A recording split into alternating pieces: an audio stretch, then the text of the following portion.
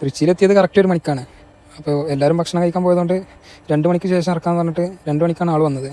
അങ്ങനെ 2 മണിയായപ്പോൾ ചെക്ക് ചെയ്യാനുള്ള ആൾ വന്ന് ഒക്കെ നോക്കി ഇറക്കാനുള്ള ഓർഡർ കൊടുത്തു.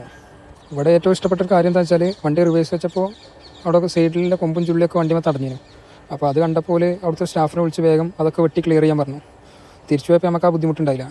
ഇറക്കി കഴിഞ്ഞപ്പോൾ സ്കൂൾ വിടാൻ സമയമായതുകൊണ്ട് അവിടുന്ന് വേഗം രക്ഷപ്പെട്ട് പുറത്തിറങ്ങിയാണ്. പുറത്തിറങ്ങിയതിന് ശേഷമാണ് പായൊക്കെ ക്ലിയർ ആക്കിയത്.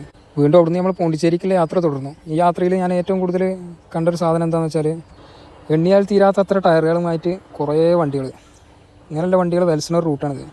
അങ്ങനെ കാവേരി നദിയൊക്കെ വീണ്ടും ക്രോസ് ചെയ്ത് ഒരുപാട് ദൂരം ഓടി രാത്രി ആയപ്പോഴാണ് നമ്മളെ മാഹിൻ്റെ അച്ഛനായ പോണ്ടിച്ചേരി എത്തിയത്.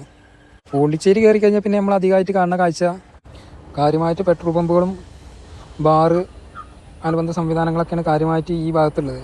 കേന്ദ്രഭരണ പ്രദേശമായതുകൊണ്ട് ഇവിടെ അതിനൊക്കെ വിലക്കുറവാണ്. മാഹി പോലെ തന്നെ, പക്ഷേ മാഹി കൂടി പോകണ അത്ര ബുദ്ധിമുട്ടില്ലാന്ന് മാത്രം. അങ്ങനെ കുറച്ച് ദൂരം ഓടിയപ്പോൾ നമ്മൾ അടുത്ത ഡെലിവറി പോയിൻ്റായ അമൃത വിദ്യാലയം പോണ്ടിച്ചേരി എത്തി. ഈ യാത്ര എനിക്ക് വ്യത്യസ്തമായൊരു അനുഭവമായിരുന്നു. സാധാരണ മുൻപരിചയമില്ലാത്ത ഒരാൾ കൂടെ വന്നു കഴിഞ്ഞാൽ നമുക്ക് അതിൻ്റെ ബുദ്ധിമുട്ട് നല്ലോണം ഉണ്ടാവും.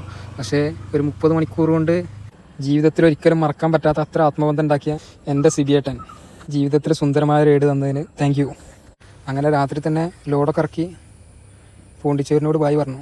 അപ്പോൾ ഇനി അടുത്ത വീഡിയോയിൽ കാണാം.